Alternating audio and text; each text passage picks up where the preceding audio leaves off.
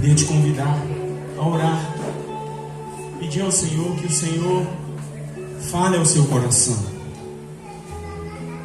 Você consegue ter um momento assim de oração?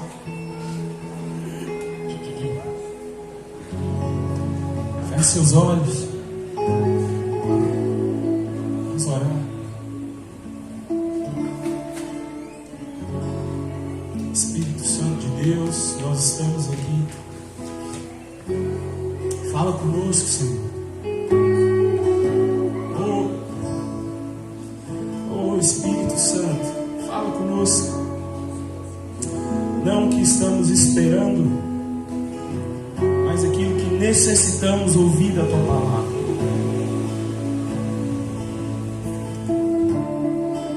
Em nome de Jesus. Existem corações aqui sedentos da Tua palavra, sedentos da Tua presença. Em nome de Jesus, Senhor, faz ali uma oração.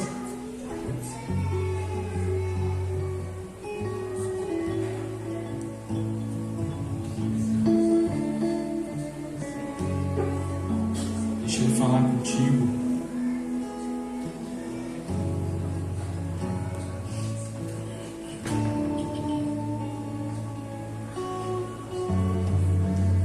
Obrigado, Jesus,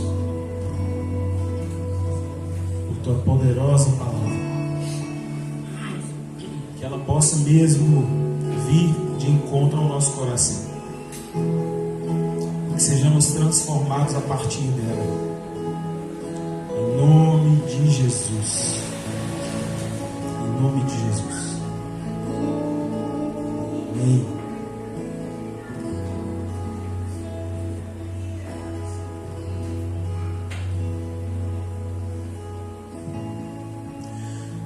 Bom, irmãos, Atos capítulo 3, nós vamos ler do verso 17 ao verso 26, mas daqui a pouco, deixe seu texto aberto aí, que o Senhor nos conduz aqui nessa noite diante de Sua palavra.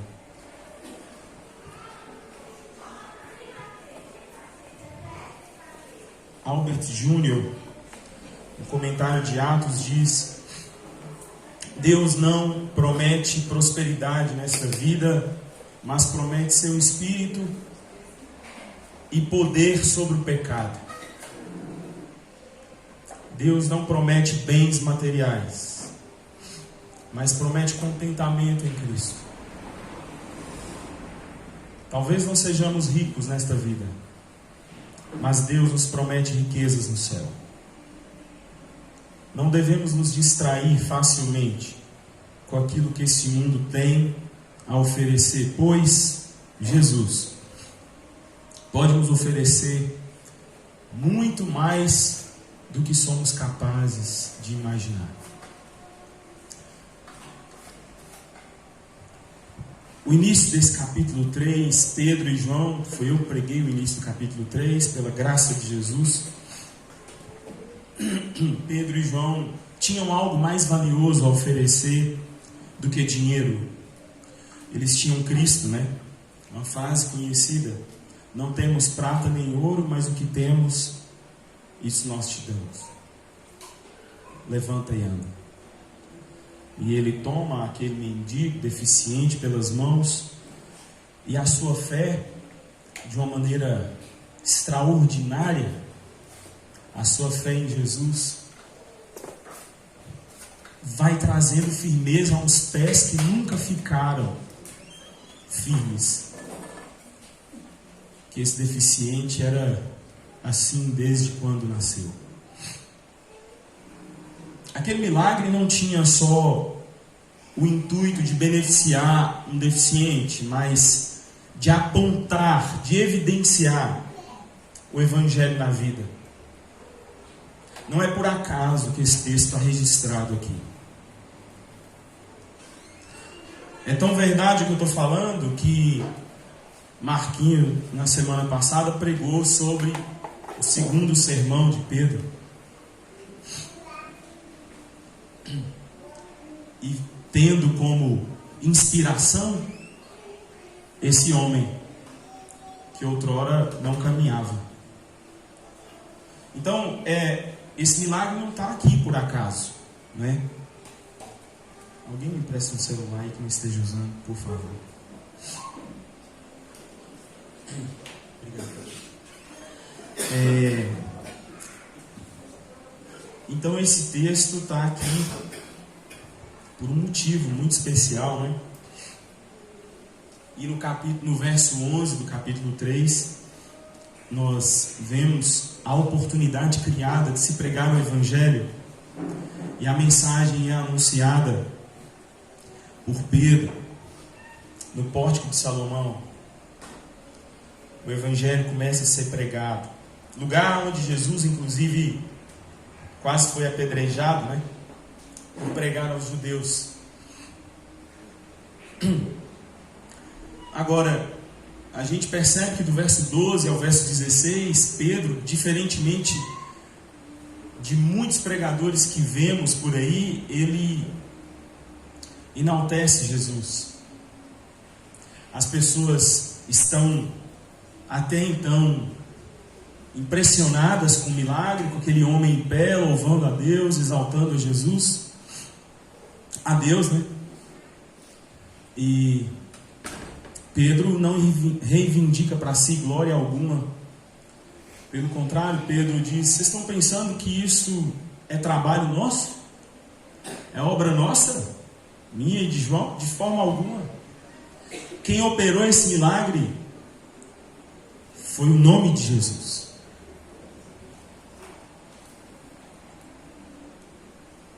Então, o Evangelho começa a ganhar ainda mais notoriedade, o nome de Cristo começa a ganhar ainda mais notoriedade com essa mensagem de Pedro se diminuindo para que Cristo cresça. Agora Pedro aponta 3 fatos teológicos presentes no Evangelho, e eu queria que você pensasse neles agora. Não estou pregando novamente o texto de Marquinhos, acho que ele nem pregou o que eu vou falar aqui. Mas é importante você perceber como que o Evangelho é estruturado. A gente pode fazer isso de diversas maneiras. E Pedro faz isso de uma maneira. No verso 13, por exemplo, ele aponta para a primeira coisa, para o primeiro fato, a glória de Jesus. Jesus o identifica, ou melhor, Pedro o identifica como servo de Deus, aquele que cumpre as passagens de Isaías.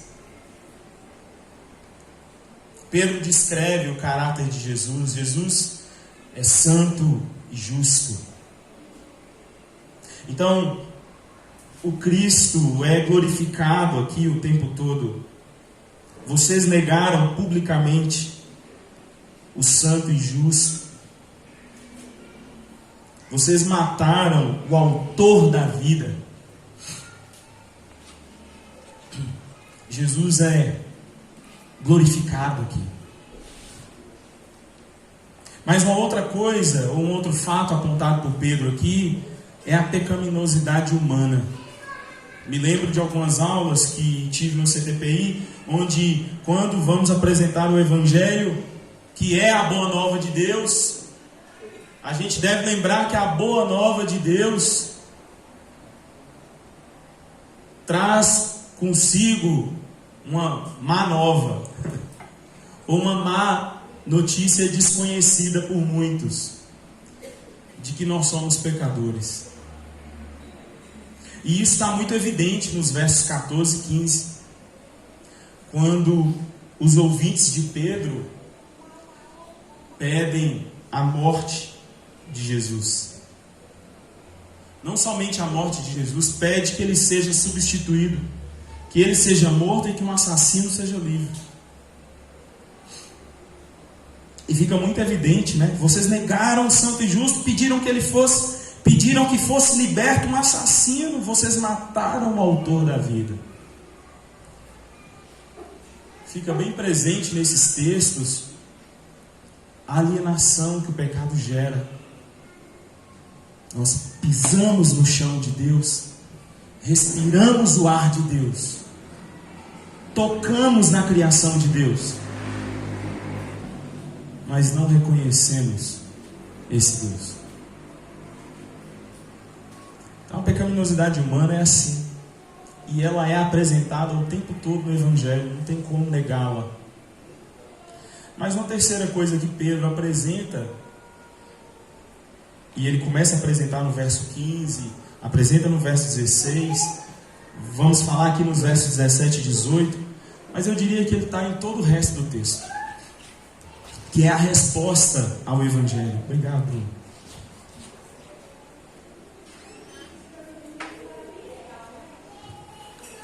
O Evangelho é o tipo de mensagem que requer dos ouvintes uma resposta.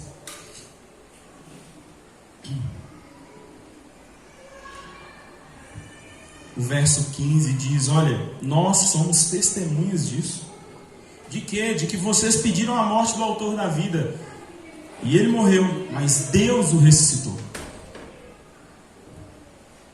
E aqui nós começamos a entrar onde nós hoje vamos meditar. E vocês vão ver como esse terceiro aspecto, ou esse terceiro fato teológico do Evangelho, é importante para a vida cristã, é importante para a vida da igreja, é importante para a vida de todo aquele que crê. Então, se no primeiro momento Jesus é evidenciado como sendo a glória de Deus, Ele é a própria glória de Deus, Ele é o santo e justo, Ele é o autor da vida. Se no segundo momento nós somos expostos como sendo quem somos, pecadores, alienados, rebeldes, não tem que ser um momento diante disso. Aqueles que ouvem essa mensagem são inquiridos, são impulsionados a respondê-la. E isso é vida. Por isso que o Evangelho é vida. Por isso que a igreja é vida. Porque o Evangelho é uma resposta, ou melhor, gera uma resposta naquele que antes estava morto. O verso 17 diz assim: agora, irmãos, eu sei que vocês agiram por ignorância, bem como seus líderes. Verso 18: mas foi assim que Deus cumpriu o que tinha predito por todos os profetas, dizendo que o seu Cristo haveria de sofrer. Arrependam-se, pois, voltem-se para Deus, para que os seus pecados sejam cancelados, para que venham tempos de descanso da parte do Senhor, e Ele mande o Cristo, o qual lhes foi designado, Jesus. É necessário que Ele permaneça no céu, até que chegue o tempo em que Deus restaurará todas as coisas, como falou há muito tempo, por meio dos seus santos profetas. Verso 22. Pois disse Moisés: o Senhor Deus lhes levantará dentre seus irmãos um profeta como eu. Ouçam-no em tudo o que ele lhes disser. Quem não ouvir esse profeta será eliminado do meio do seu povo. De fato, todos os profetas de Samuel em diante, um por um, falaram e predisseram esses dias. E vocês são herdeiros dos profetas e da aliança que Deus fez com seus antepassados. Ele disse a Abraão: por meio da sua descendência, todos os povos da terra serão abençoados. Verso 26.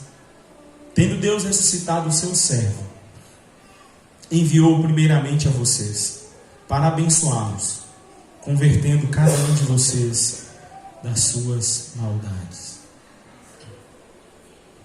Pedro então direciona os ouvintes para uma realidade que emana do Evangelho, não a realidade produzida no intelecto daquelas pessoas, no que eles tinham como entendimento.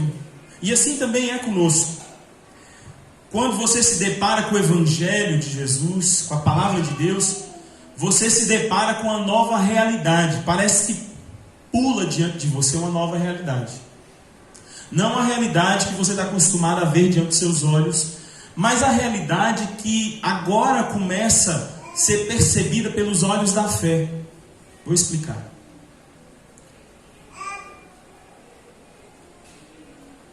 Você até então só percebia,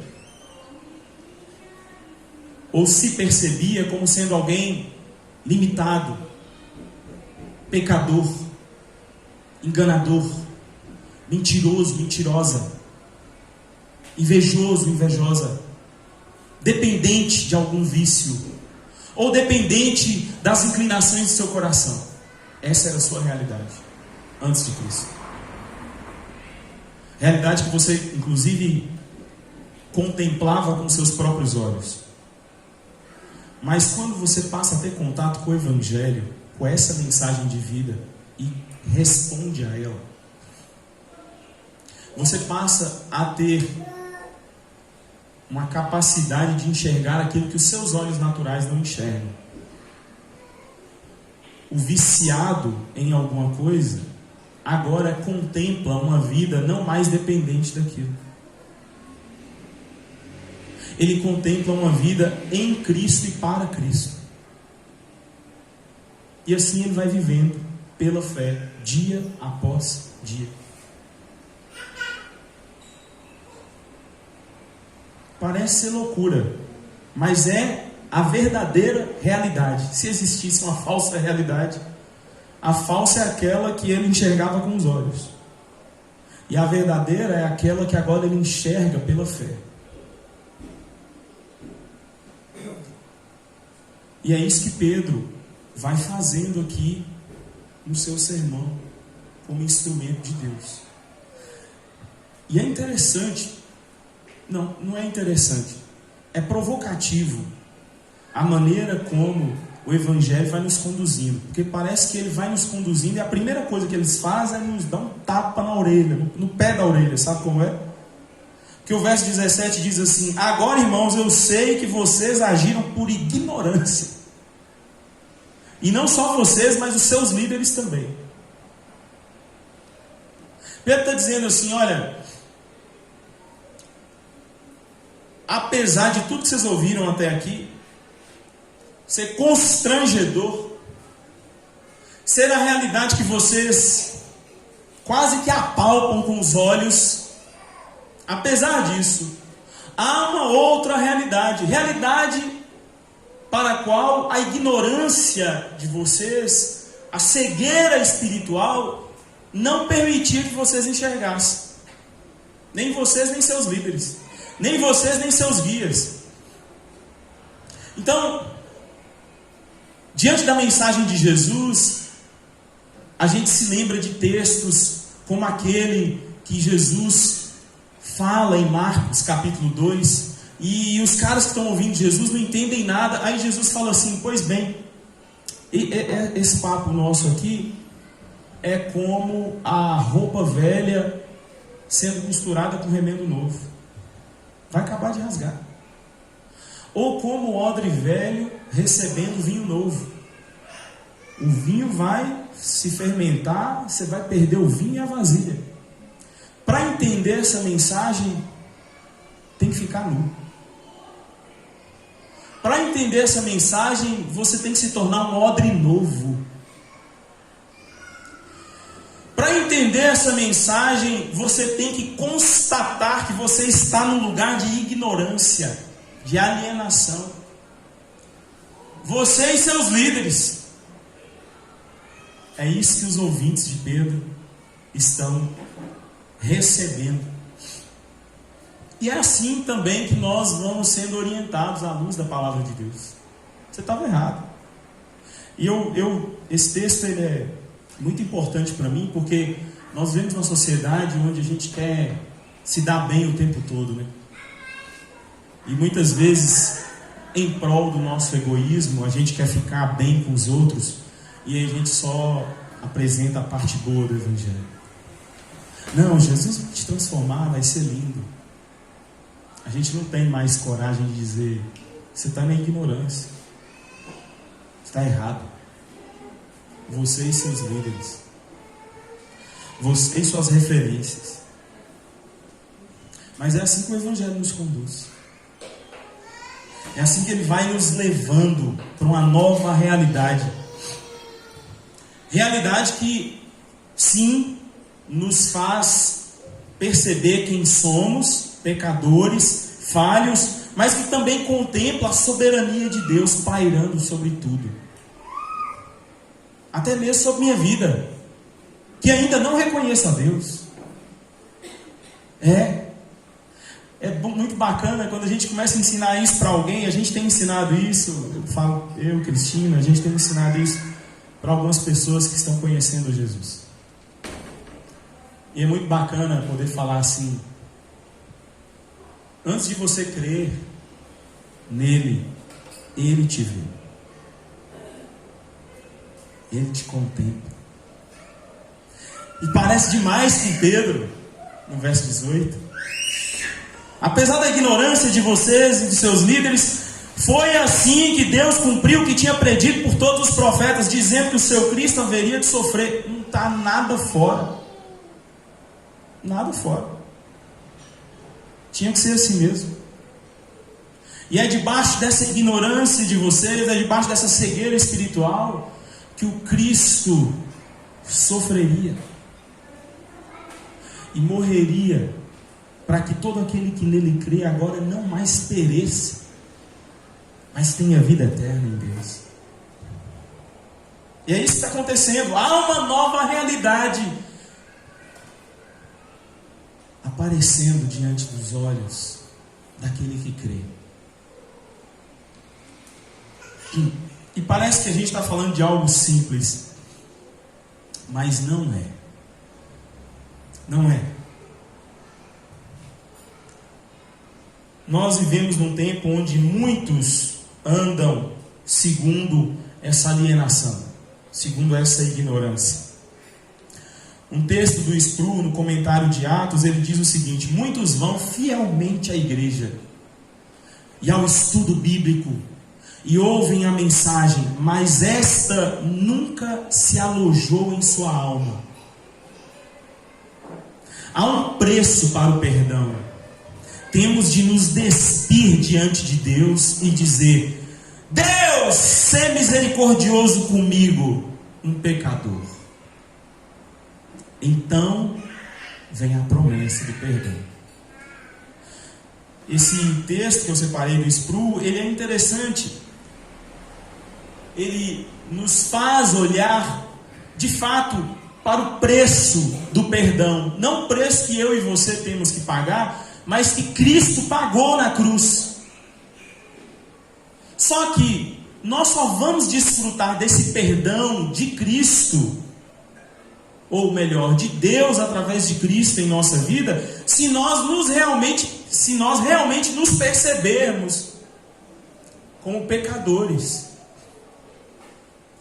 num estado de ignorância, de cegueira, de alienação, de perdição, para que sim, Deus me perdoa. Por isso que hoje, no início do culto, nós lemos 1 João capítulo 1, verso 9. Se confessarmos os nossos pecados, Ele é fiel e justo para nos perdoar os pecados e nos purificar de toda injustiça. Mas o verso 8, que nós também lemos, diz que aquele que diz que não tem pecado, a verdade não habita nele.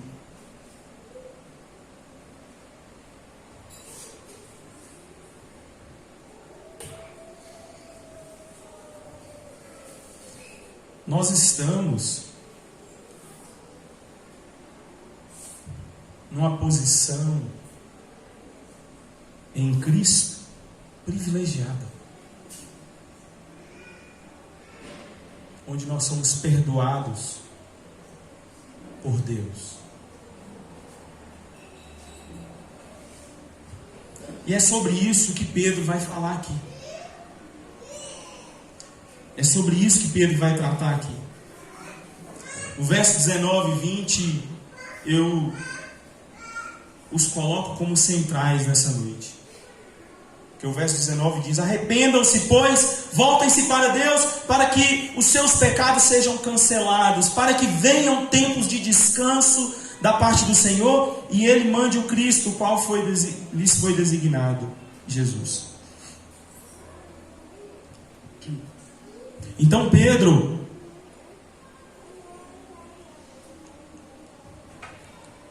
pela pregação do Evangelho, vai orientando os seus ouvintes, como nós somos constantemente orientados pela palavra de Deus, à medida que entendemos, recebemos a mensagem do Evangelho. Um momento, um estágio de ignorância, lembra da pecaminosidade humana que eu acabei de falar? Mas a soberania de Deus imperando sobre tudo, mesmo no momento onde nós não percebíamos. E aqui no verso 19, então, Pedro diz aos seus ouvintes: arrependam-se. Arrependam-se. O arrependimento é necessário para que haja transformação genuína. O arrependimento é necessário. Albert Jr., um dos comentaristas de Atos, diz que o arrependimento verdadeiro envolve 4 aspectos: o intelectual, o emocional, volitivo e espiritual. Normalmente eu apresento 3 dentro do que eu chamo de espiritual, de uma camada espiritual. E eu prefiro apresentar assim, como um arrependimento sendo só um. Arrependimento é algo que vem de Deus para as nossas vidas. Ele que gera isso em nosso coração. E esse arrependimento, ele basicamente é uma percepção do quão nós somos maus pecadores, somada à fé de quem é Jesus, para que sejamos perdoados e salvos. E assim, com esse entendimento espiritual que a gente vê lá em 1 João, capítulo 1, verso 9, confessando que somos pecadores e crendo que Jesus pode nos perdoar, nós nos arrependemos. Aí sim, eu desfruto desses outros 3 aspectos: o intelectual, emocional e volitivo. O intelectual, que tem a ver com essa consciência de pecado, de que somos pó, pecadores. O emocional, que é uma rejeição agora a essa vida de pecado, de rebeldia.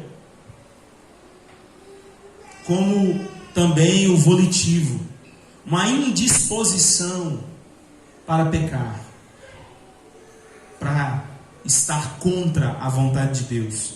Mas nós vamos falar mais sobre isso. Entender o arrependimento aqui envolve falar sim dessa nossa condição de pecadores. A própria palavra em si, arrependimento, metanoia no grego, traz essa ideia de alguém que se arrepende, que muda de direção, que não vive mais segundo aquela mente ou aquela mentalidade, sai de uma direção para outra direção, entende um propósito a partir de algo que lhe abre os olhos. E o mesmo é exposto aqui diante dos versos 19, 20, 21, nós vamos ver isso aqui. Aquele que se arrepende, ou aqueles que se arrependem, são aqueles que entendem a necessidade de renunciar à vida que viviam, dar meia volta, mudar de direção.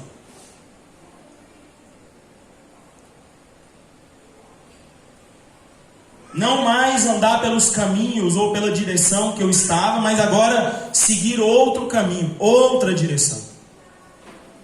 Consequentemente, uma direção guiada, orientada, teleguiada pela palavra de Deus. Por isso, a fé em Jesus, como sendo um componente essencial para que de fato a gente se arrependa. Já que arrependimento é uma mudança de direção, eu vou mudar de direção para onde? Eu vou apontar o lugar para onde eu vou, e que lugar é esse? Esse lugar é Cristo, é sua palavra. O arrependimento, ele afeta a existência humana. É isso mesmo. Por isso que algumas pessoas, como a gente tem tido o privilégio de acompanhar, ficam meio que assim, quase que desnorteadas. Sim, porque esse arrependimento que vem de Deus para as nossas vidas, que é gerado pelo Espírito Santo de Deus em nosso coração, um constrangimento na alma pelo que se vivia, mas um anseio por se viver aquilo que ainda não enxerga, mas que pela fé você já começa a crer que Deus vai lhe conduzir. Então, sim, afeta a sua existência, sua maneira de viver a vida. E não somente isso, vai afetar o seu ser. Tudo aquilo que você pensa ou pensava, os seus sentimentos, como a gente falou aqui, a sua vontade, tudo vai ser abalado por esse arrependimento, ou por essa ordem aqui do verso 19. Arrependam-se, mudem de vida. Não é para ir, é para cá. Vai mudar tudo. Sim, vai afetar o seu relacionamento com Deus, que talvez antes de Cristo era inexistente. E agora você fala, você dialoga com o autor da vida. Pela fé, você crê que Ele te ouve e que fala contigo. Sua vida é transformada diante disso. Arrepender-se é dar as costas para o pecado e se voltar para Deus. E por que não dizer de uma maneira despida, exposta? Senhor, eu estou dando as costas para os pecados que venho cometendo. São meus. Tenho vergonha deles. Mas eu me viro para o Senhor. É em direção ao Senhor que eu quero ir. Esse texto é tremendo. Essa ordem de Pedro, de fato, derruba as pressuposições dos judeus a respeito de si mesmos. Eles se achavam bons, achavam que tinham um relacionamento com Deus. Fisicamente, sim, israelitas, mas não herdeiros da vida eterna. Eles precisavam de uma união verdadeira com Jesus de Nazaré. Como diz o comentarista, com a semente de Abraão. Esses judeus, eles se consideravam justos, entende? Eu vou ler no final aqui o texto dessa pecadora de novo. Mas não há como contemplar a graça de Deus se você não se percebe como pecador. E aqui eu compartilho com vocês um certo temor. Eu ando nesses dias desconfiado se a nossa pobre adoração ao Senhor não tem a ver com a nossa falta de consciência com o nosso pecado. Fico a pensar nisso. Mas enfim, a segurança daqueles judeus era equivocada. E Pedro então chama os incomoda, lhes dá uma ordem: arrependam-se, voltem-se para Deus, não para si mesmos, não para suas tradições, não para aquilo que você crê que é o certo, mas para aquilo que Deus diz que é, para aquilo que a sua palavra nos apresenta. É isso mesmo, é provocante.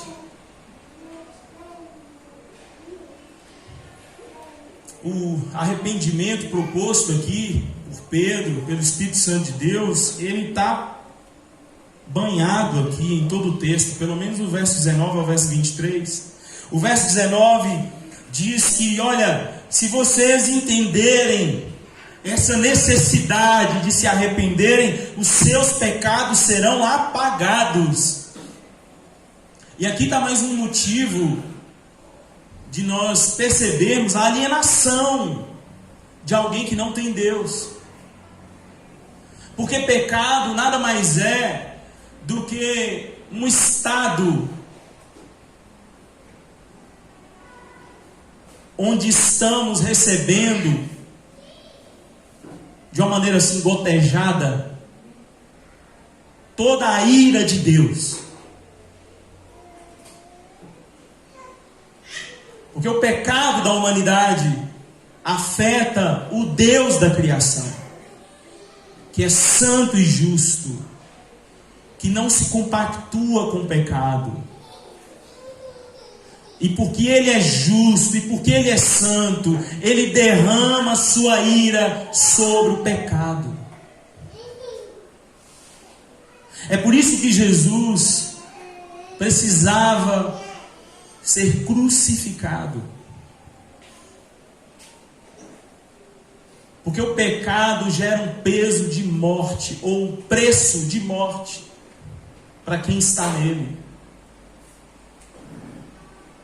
E Deus, sendo misericordioso, proveu o seu Filho para que numa cruz a sua ira seja derramada, e assim não seja mais derramada sobre os pecadores.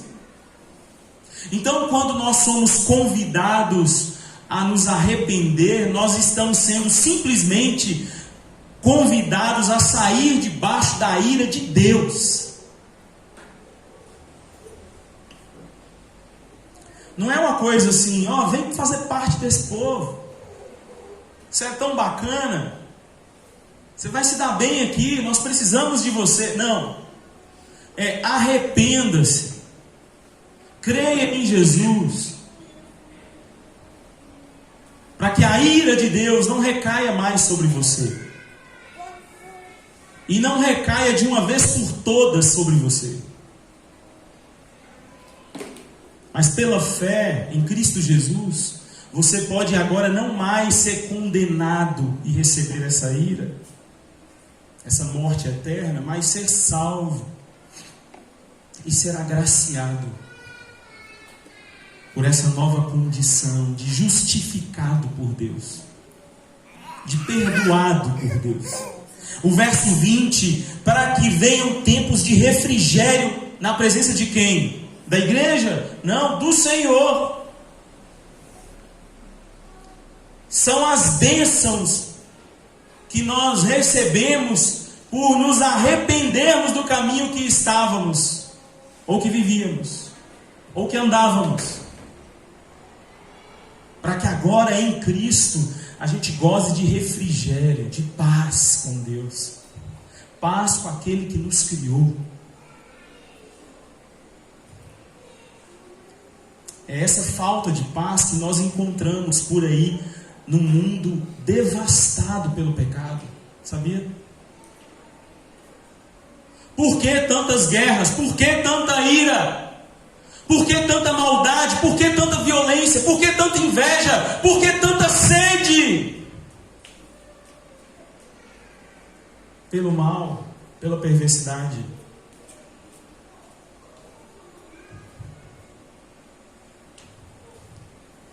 Porque o homem não está em paz com o seu Criador. Há um buraco no seu coração do tamanho de Deus. E não tem nada nessa vida que o tampe. Nada. Nessa semana, um pastor compartilhou comigo e falando de nós temos que orar por essa juventude, pela juventude que está assim, está todo mundo perdido e os caras, ninguém quer compromisso com Deus, ninguém quer estar na igreja. Calma, não é daqui não, viu? De Montes Claros está tudo na bênção. E aí, e falando e tal, e falando muito e pedindo alguns conselhos, e a gente conversando um pouco sobre isso. E eu falei assim, pastor, vou te dar uma visão um pouco mais otimista dessa situação. Eu falei com ele assim, eu concordo contigo. As gerações que vêm depois da minha e gerações mais novas estão realmente muito perdidas. Mas se a gente tiver um pouquinho mais de atenção, se a gente observar um pouquinho como eles estão vivendo, o que eles estão buscando, nós vamos perceber que o seu anseio lá no fundo é por Deus, é pelo Criador. Nós só precisamos pensar em como apresentar o Evangelho.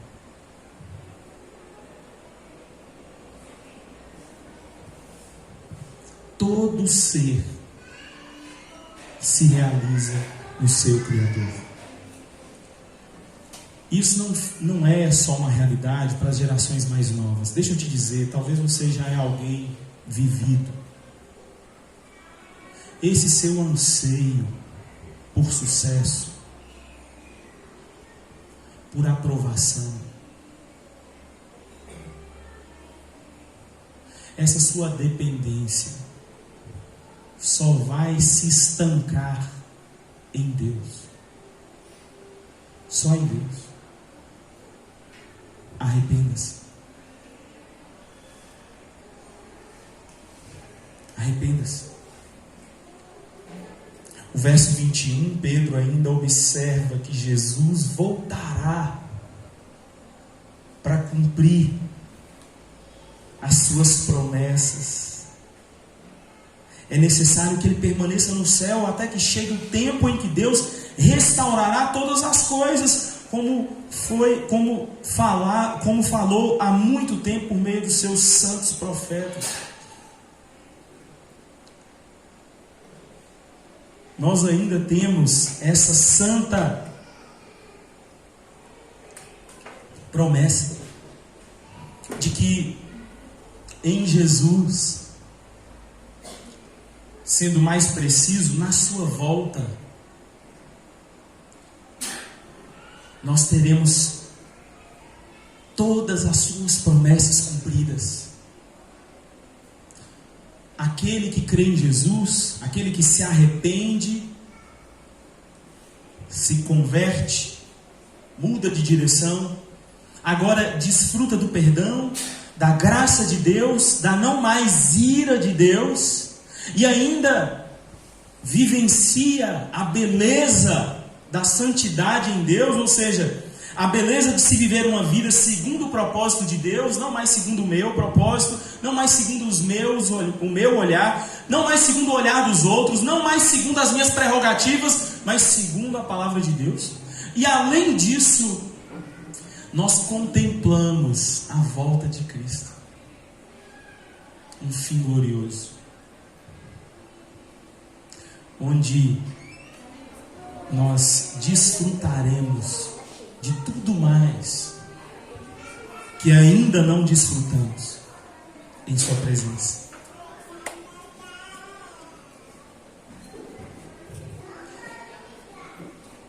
Ele adverte que aqueles que se recusarem a se arrepender serão exterminados, né? O verso 23 fala: quem não ouvir esse profeta será eliminado do meio do povo. E ele desenvolve isso com base em Deuteronômio capítulo 18, onde Moisés diz a Israel que Deus levantará sim um profeta que vai conduzir o povo para um novo êxodo. E essa referência é a Jesus e a cruz. É um êxodo espiritual. É um tempo de não mais alienação. O povo de Deus que foi liberto do Egito não contemplava apenas a libertação no deserto,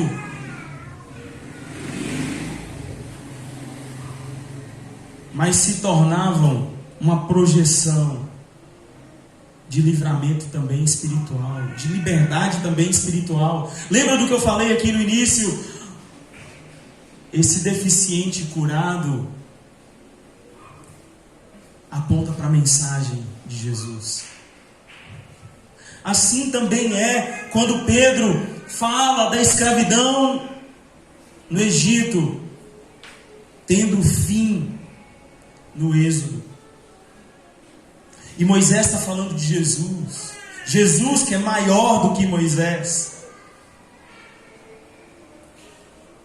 Enquanto Moisés liberta os israelitas fisicamente, Cristo será aquele que libertará espiritualmente os seus filhos. E é por isso que o chamado do capítulo, do verso 19 é: arrependam-se. Ouçam, como diz o texto no verso 23, ouçam-no em tudo que ele disser.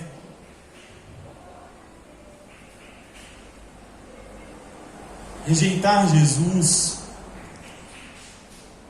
ou seja, rejeitar sua obra na cruz sem arrependimento, é experimentar,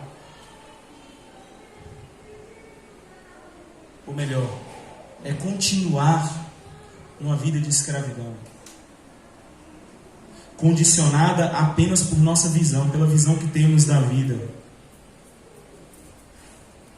Estamos assim condenados a uma vida eternamente subjugada, presa, alienada de Deus.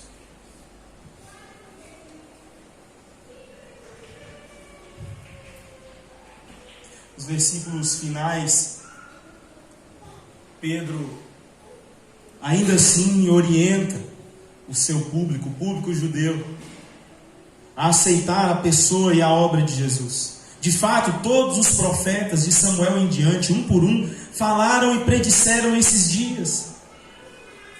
Vocês são herdeiros dos profetas e da aliança que Deus fez com seus antepassados. Ou seja, vocês são testemunhas de tudo isso que está acontecendo aqui. Que prefigura a soberania de Deus pairando sobre tudo, trazendo graça, transformação àquele que se arrepender. Jesus é o ápice da história. Eles deveriam perceber que Deus estava cumprindo suas promessas em Jesus. Assim como disse a Abraão, todas as famílias da terra serão abençoadas. E de acordo com o apóstolo, é isso que está acontecendo em Jesus, é isso que está acontecendo agora na igreja. Como a gente vê em Apocalipse capítulo 5, verso 9, toda tribo, língua e nação estão reconhecendo que Cristo é o Deus vivo. É a salvação necessária. Nós vemos então Pedro mais uma vez orientando essas pessoas. Tendo Deus ressuscitado o seu servo, enviou primeiramente a vocês para abençoá-los, convertendo cada um de vocês das suas maldades. Cristo está sendo oferecido como forma de arrependimento, mudança de vida para aquele que crê. Assim foi para os judeus. Assim é para todo aquele que crê. Eu li esse texto hoje enquanto falávamos de dízimos e ofertas.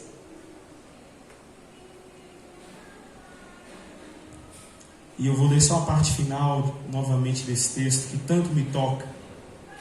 Em seguida, virou-se para a mulher e disse a Simão: vê esta mulher? Entrei em sua casa, mas você não me deu água para lavar os pés. Ela, porém, molhou os meus pés com suas lágrimas e os enxugou com seus cabelos. Você não me saudou com beijo, mas esta mulher, desde que entrei aqui, não parou de beijar os meus pés. Você não ungiu a minha cabeça com óleo, mas ela derramou perfume nos meus pés.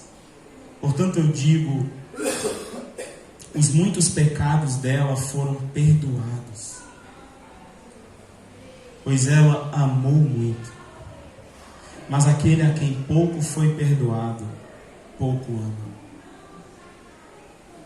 Então Jesus disse a ela: os seus pecados estão perdoados.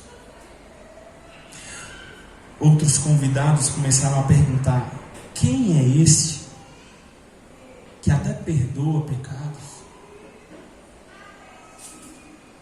Jesus disse à mulher: a sua fé a salvou, vá em paz. Interessante a gente terminar com esse texto que fala sobre direção, né? E não apenas sobre direção, mas também sobre como é a direção. Vá em paz.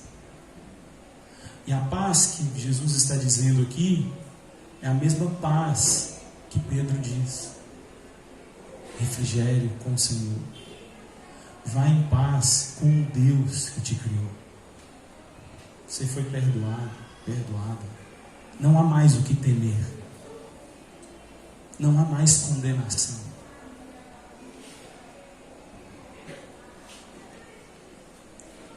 Se eu puder deixar para nós aqui hoje duas palavras diante dessa palavra, eu deixaria duas palavras a dois tipos de público. O primeiro público, aqueles que ainda não conhecem Cristo. E dizer a esse público: esse Cristo está sendo apresentado a você. E por mais que seja uma mensagem confrontadora, é uma mensagem de esperança e de vida. Arrependa-se. Mude a rota. Tenha os seus pecados perdoados e vá agora em paz. O segundo público, eu me encaixo nele. Eu fiquei a pensar nesses dias sobre o tipo de adoração que eu tenho entregado ao meu Deus. Diante desse texto de Lucas 7, os caras ficaram incomodados com Jesus e Jesus fala para eles: ó, vamos conversar aqui um pouco. Um deve 500, o outro deve 50. Ninguém tem dinheiro para pagar. Resolvo perdoar os dois. Quem sai mais grato? Eu acho que o que devia mais. E aí Jesus: pois é. O seu amor, ou o amor aqui, é proporcional ao tamanho do seu pecado, vamos dizer assim. O que Jesus está querendo dizer é que quanto mais consciência tomamos do tamanho do perdão que recebemos, mais adoradores nos tornamos. E eu tenho ficado um pouco reflexivo sobre o fato de estarmos adorando cada vez menos. Esse é o segundo público. Que essa palavra seja uma boa reflexão para nós. Talvez estamos precisando nos arrepender de um estilo de vida que fala pouco, que expressa pouco aquele que nós dizemos ser o autor da nossa vida. E não pense que eu estou falando sobre momentos de louvor, 15, 20 minutos cantando. Eu estou falando sobre como tratamos os nossos filhos, sobre como tratamos o funcionário, sobre como fazemos da nossa vida adoração. Claro, também é um louvor, também é esse momento tão bom de quebrantamento, mas que seja integral. Então, deixo essa mensagem a esses dois públicos. Mensagem que não é minha, mas é do Senhor. Procuro seguir o caminho aqui de Pedro. A glória é do Senhor. É Ele quem nos chama ao arrependimento. É Ele quem nos chama à adoração. Vamos orar. Bendito seja o Teu nome, Senhor, por Tua palavra,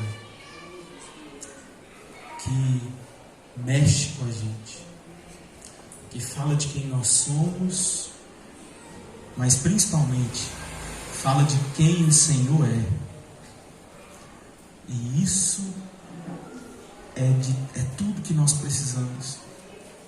Descansar no Senhor, na Tua soberana vontade. Obrigado, Jesus. Nós Te adoramos e Te bendizemos. Em Teu nome.